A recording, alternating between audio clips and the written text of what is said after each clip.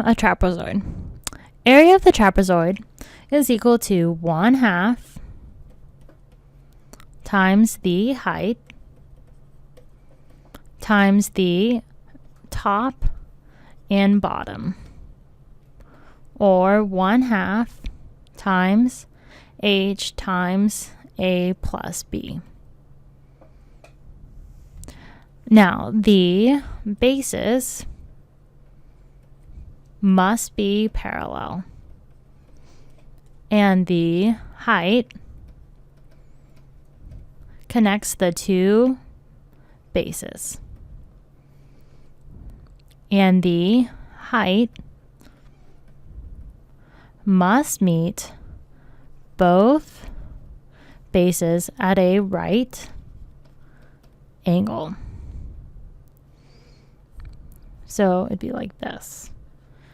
These are formed as these are the two. This is a base and this is a base, and this would be our height. Now, parallel is when the two lines run equal distance apart without getting closer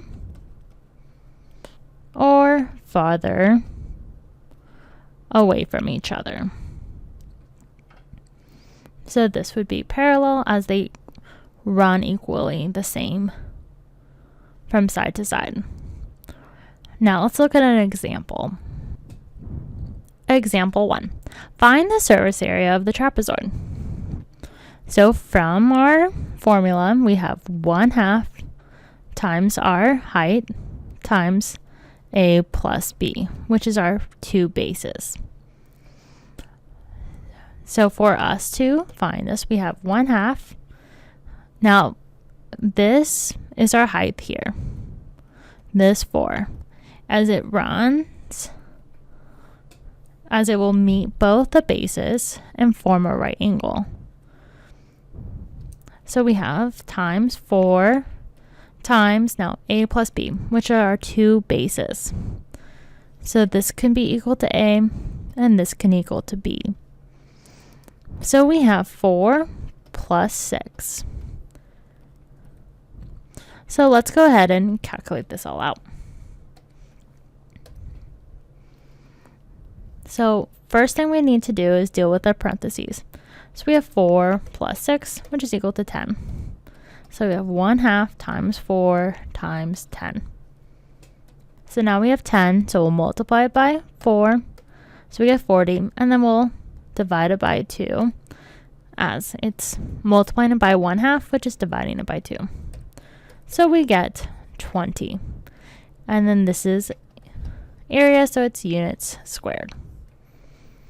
Let's go ahead and look at another example. Example 2. Find the surface area of the trapezoid. Now, remember our formula is equal to 1/2 times our height times our two bases, so a plus b, that are added together. So our height is when it meets our two bases and forms right angles. So we can see a right angle here and a right angle here. So this 6 is our height of the trapezoid, as it's just kind of flipped on its side. Then, as it meets the two bases that run parallel, this could be A and this can be B. So let's go ahead and fill in our numbers into our variables. So we have 1/2 times 6 times a plus b, which is 5 plus 8. So this becomes 1/2 times 6 times 5 plus 8, which is 13. So we'll get our calculators out. So 6 times 13 is equal to 78, and then we divide it by 2, and we get 39 units squared.